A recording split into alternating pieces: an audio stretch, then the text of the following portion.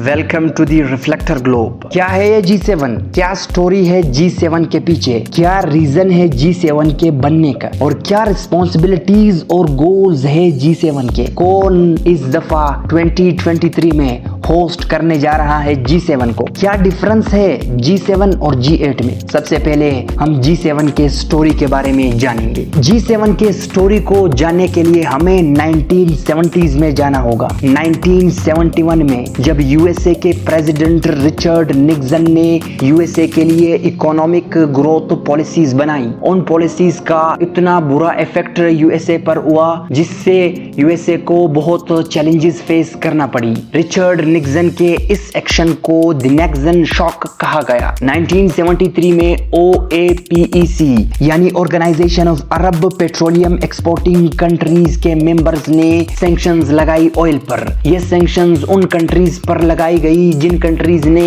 योम कीपर जंग में इजराइल को सपोर्ट किया था। उन कंट्रीज में यूएसए, यूके, कनाडा, जापान और नीदरलैंड थी। इन सैंक्शंस के रिजल्ट में ऑयल की सप्लाई बहुत ज्यादा कम हुई और डिमांड बहुत ज्यादा बढ़ गया और इसके रिजल्ट में जो प्राइसेस थी वो 300% तक इंक्रीज कर गई। इन दो इंसिडेंट्स के बाद फ्रेंच प्रेसिडेंट ने 1975 में फर्स्ट G6 कंट्रीज का कॉन्फ्रेंस किया और डेवलप्ड इकोनॉमीज के चैलेंजेस को टैकल करने के लिए सॉल्यूशंस निकाले। G7 में USA, UK, France, Germany, Italy, Japan, Canada और यूरोपियन यूनियन है। G7 के रिस्पॉन्सिबिलिटीज और गोल्स में जो G7 को challenges energy, trade, macro economy और पॉलिटिक्स की सूरत में पेश आती है, प्रॉब्लम्स का सलूशन और इन प्रॉब्लम्स को डिस्कस करना ही G7 की रिस्पॉन्सिबिलिटीज और गोल्स में शामिल है। जब रशिया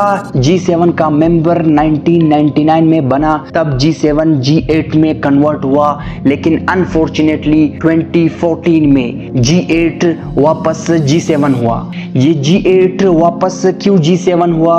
इसका मेन रीजन रशिया ने क्राइमिया को यूक्रेन के साथ मुंसलिक किया था और इस वजह से G7 के कंट्रीज ने रशिया के इस एक्शन को violation of Ukraine's sovereignty and territorial integrity यानी यूक्रेन की खुद मुख्तारी, आज़ादी और मुल्की सलामियत की खिलाफ वर्जी करार दिया और यूं G7 के कंट्रीज ने रशिया को निकाल कर G8 को कन्वर्ट करके G7 बना ली।